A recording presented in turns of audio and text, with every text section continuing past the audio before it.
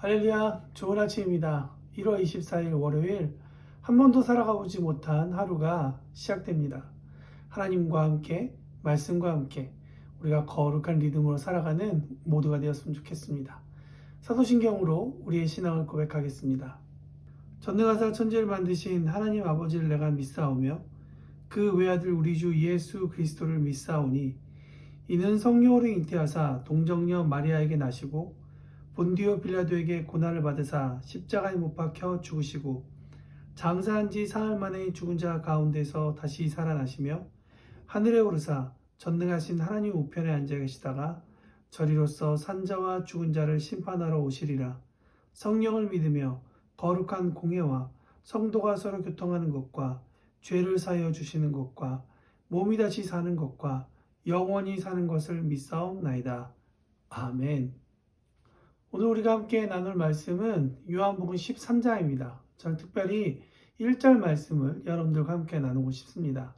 유월절 전에 예수께서 자기가 세상을 떠나 아버지께로 돌아가실 때가 이른 줄 아시고 세상에서 있는 자기 사람들을 사랑하시되 끝까지 사랑하시니라. 여러분, 무언가 이제 마지막이라는 사실을 알게 되면 여러분들은 어떠한 행동을 하실까요? 오늘 본문 말씀 1절에 보면 유월절 전에 예수께서 자기가 세상을 떠나 아버지께 돌아가실 때가 되었다고, 그때가 이룬 줄 아셨다고 성경은 이야기합니다. 예수님은 자신이 다시 하늘나라로 돌아가야 할 그때가 왔음을 직감했다는 것이죠. 자신이 세상을 떠날 때가 되었다라는 것을 아는 것은 죄인이 감당해야 할 가장 불명예적인 죽음, 바로 십자가를 지셔야 한다는 것, 그 십자가에 매달려야 한다는 것을 의미한다는 것, 주님도 잘 알고 계셨습니다.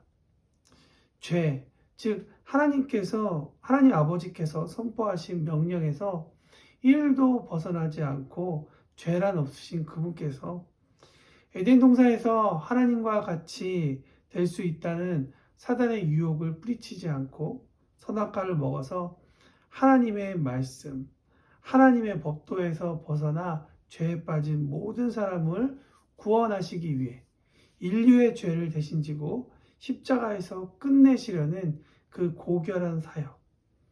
그러나 예수님도 유대인으로서, 유대 사람으로서 그곳에서 자라면서 어려서부터 십자가 형벌이 얼마나 참혹하고 고통스러운지를 보셨고 아셨기에 예수님도 아마 복잡한 마음이 드셨던 것 같습니다. 마태복음 26장 39절에 보면 그래서 십자가를 지시기 전 예루살렘 성 밖 올리브 언덕에서 예수님께서 기도하실 때 이렇게 기도하시죠. 할만하시거든 이 잔을 내게서 지나가게 하옵소서. 우리는 이 기도를 모두 다 기억하고 있습니다. 이런 복잡한 상황 가운데에서 예수님은 무엇을 하셨을까요? 만약 이런 복잡한 상황이 바로 여러분의 상황이라면 여러분은 무엇을 하시겠습니까? 십자가를 지게 될 고통의 시간, 몇몇을 제외한 마음을 준 사람들과 아주 가까운 사람들로부터 곧 배신당할 비통의 시간이 다가올수록 예수님은 세상에 있는 자기 사람들을 사랑하시되 끝까지 사랑하셨다라고 요한은 기록하고 있습니다. 곧 자신을 배신하고 고통당해서 자신의 삶을 한탄하거나 신세타령하거나 또는 자기가 세상의 죄를 대신 지고 구원하는 그런 위대한 일을 한다고 의미 있는 일을 하는데 세상은 너희들은 참 나를 못 알아주는구나 하고 분노하거나 하지 않으신다는 것이죠. 예수님은 끝까지 여튼 담을 수 있는 최대한 사랑하셨다라고 성경은 이야기하고 있습니다. 저는 이 말씀에 감동함을 받습니다. 자기 사람들을 사랑하시되 끝까지 사랑하셨다. 아시다시피 우리 교회는 올해 1월에 들어와서 온 성도들이 성경책 한 장을 낭독해서 읽고 나누는 일을 하고 있습니다. 벌써 13장까지 오게 되었는데요. 목회자들로부터 시작해서 항종직까지 이제 그 사역은 계속 이어져 오고 있습니다. 오늘 아마 제 말씀을 듣기 전에 정광석 집사님께서 녹음하신 요한복음 13장을 아마 듣고 여러분이 함께 읽으셨을 거라고 생각합니다. 저는 편집하는 역할이 제 역할이기 때문에 성도님들이 보내주신 그런 녹음 파일들을 편집하기 위해 수차례 반복해서 듣습니다. 그런데 정광석 집사님께서 이 요한복음 13장을 통으로 녹음하시고 난 후에 뭔가 조금 녹음이 잘 안 됐다라고 생각하셔서 한 부분을 따로 저에게 보내주셨습니다. 그것이 무엇이냐면 바로 요한복음 13장 1절 말씀이죠. 6월절 전에 예수께서 자기가 세상을 떠나 아버지께로 돌아가실 때가 이른 줄 아시고 세상에 있는 자기 사람들을 사랑하시되 끝까지 사랑하시니라. 편집을 위해서 자동 반복으로 몇 번을 듣는데 그 듣는 어느 순간 제 마음이 울컥해집니다. 제 마음을 후벼 팠다라는 것이 아마 조금 더 정확한 언어일 것 같습니다. 자기 사람들을 사랑하시되 끝까지 사랑하셨다. 정광석 지사님의 목소리를 통해서 그 말씀을 듣는데 제 마음이 얼마나 울컥울컥 되던지요. 아마 오늘 그 말씀을 들으시는 저뿐만 아니라 여러분들도 아마 그런 일들이 있었을 것이다. 있었으면 좋겠다라고 생각합니다. 여러분 그렇습니다. 예수님은 자기 사람들을 끝까지 사랑하셨다는 것이죠. 남녀노소, 높고 낮음, 부함과 천함을 가리지 않으시고 단지 그분의 형상을 따라 창조된 사람이라는 이유 하나만으로 자신의 몸을 주시며 구원하신 그분이 바로 예수님, 그리고 예수님의 사랑의 방법이다라는 것이죠. 오늘 이 말씀에 위로를 받는 우리가 되었으면 좋겠습니다. 예수님은 여러분을 사랑하시되, 당신을 사랑하시되 끝까지 사랑하셨습니다. 아멘. 오늘 가슴에 손을 얹고 이야기하면 좋겠습니다. 예수님은 나를 사랑하시되 끝까지 사랑하셨다. 아멘. 소망의 말씀입니다. 그렇다면 예수님에게 끝까지 사랑한다는 것은 무엇을 의미할까? 오늘 본문을 우리가 함께 읽어봤지만 저는 전체를 보면서 세 가지를 생각해 봅니다. 첫 번째, 자신을 팔아넘길 가룟 유다를 사랑하시는 모습. 두 번째, 자신을 부인할 베드로를 사랑하신 모습. 세 번째, 올리브 언덕에서 군병들에게 잡혀갈 때 혼비백산하여 도망치면서 배신할 제자들을 사랑하시는 모습. 그것이 예수님께서 끝까지 사랑하신 모습이라는 것이죠. 요즘 신앙생활이 무엇일까를 생각해 봅니다. 단지 믿는다는 것뿐인가? 내가 깨닫는 것, 그것이 전부일까? 생각해 봅니다. 그러면서 제 안에 여러 가지 공부와 또 여러 가지 생각 가운데 정리된 한 문장은 신앙생활이란 태우시는 성령 안에서 나의 모든 것이 녹아지고 토기장이신 주님께서 만드신 틀에 내가 부어지는 것. 그것이 신앙생활이 아닐까 생각해 봅니다. 녹아지고 부어지는 것. 녹고 부어지는 것. 이것이 신앙생활인 것 같습니다.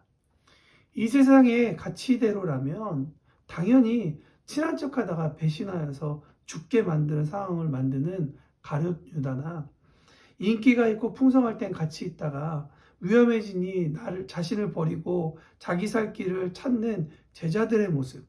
다른 사람은 몰라도 나는 믿어도 된다며 큰 소리 뻥뻥 치다가 바로 그날 예수님을 향해 저주하고 부인을 하는 베드로라면 파도도 잠잠케 하시고 죽은 자도 일으키시고 오늘 어제 말씀 가운데 물로 포도주를 만드시는 그런 능력이 있는 주님이 이놈 하시면서 크게 혼내시거나 배신감에 민사소송이라도 할 수 있는 것이 그렇게 하는 것이 이 세상의 당연한 방법이라고, 당연한 살아가는 모습이라고, 이것이 문화라고 세상은 이야기할 것입니다. 그러나 주님은 그러지 않으셨다는 것이죠. 그 이유는 단 하나, 이미 축약되어서 설명되어지고 있죠. 끝까지 사랑하셨다. 그렇다면 신앙생활이란, 즉 예수님의 가르침을 따라가는 삶이란 자기에게 주어진 사람이라면 끝까지 사랑하는 것, 끝까지 사랑하는 것이 아닐까라고 생각해 봅니다. 참 어렵죠. 이 세상은 눈에는 눈, 코에는 코, 손해본 만큼, 받은 만큼 갚아주는 것이 현명하고 현실적이라고 말하고, 그렇게 소통되는 문화가 당연한 것이다 라고 이야기해주며 이것이 전부야 라고 가르쳐주는 생활 가운데, 문화 가운데 우리는 자라왔습니다. 당연히 그렇게 사는 것이 당연한 줄 알고 살았던 우리죠. 그러나 여러분과 저는 예수를 믿고 난 다음에 그 당연하고 그 전부인 것 같은 그런 삶이 전부이지 않고 당연하지 않음을 우리는 깨닫습니다. 이 세상 사람들에게 그런 문화만 있는 것이 아니라 이런 문화도 있다라고 알려주는 것이 아마 우리의 몫이 아닐까 생각해 봅니다. 끝까지 사랑하는, 그래서 세상과는 다른 결을 가진 사람들의 모습, 그것이 바로 우리가 살아가야 할, 이 땅 가운데 존재해야 할 그런 이유라고 생각합니다. 본문 34절과 35절에는 그래서 이 이야기를 이렇게 결론 맺습니다. 새 계명을 너희에게 주노니 서로 사랑하라.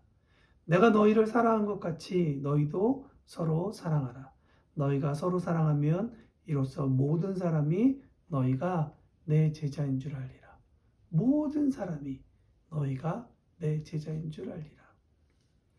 인생이 무슨 의미가 있냐고 물어보는, 그래서 의미가 없어 보이는 사람이 있다면 오늘 본문은 정확하게 이야기해 주고 있다는 것이죠. 세상과 다른 결, 예수님의 도를 따라 사는 것만으로도 세상 사람들은 넓은 길에서 좁은 길, 그 좁은 길로 시선을 옮기게 되는 기회를 얻을 수 있다, 얻게 된다라는 것을 우리에게 이야기해 주고 있다는 것이죠.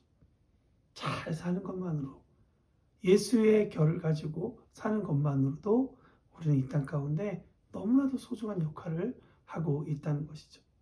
그 많은 가르침, 그 많은 도 가운데 오늘 우리에게 말씀하시는 것은 바로 서로 사랑한다는 것이죠. 2022년 1월 24일은 다시는 돌아오지 않을 그런 하루입니다.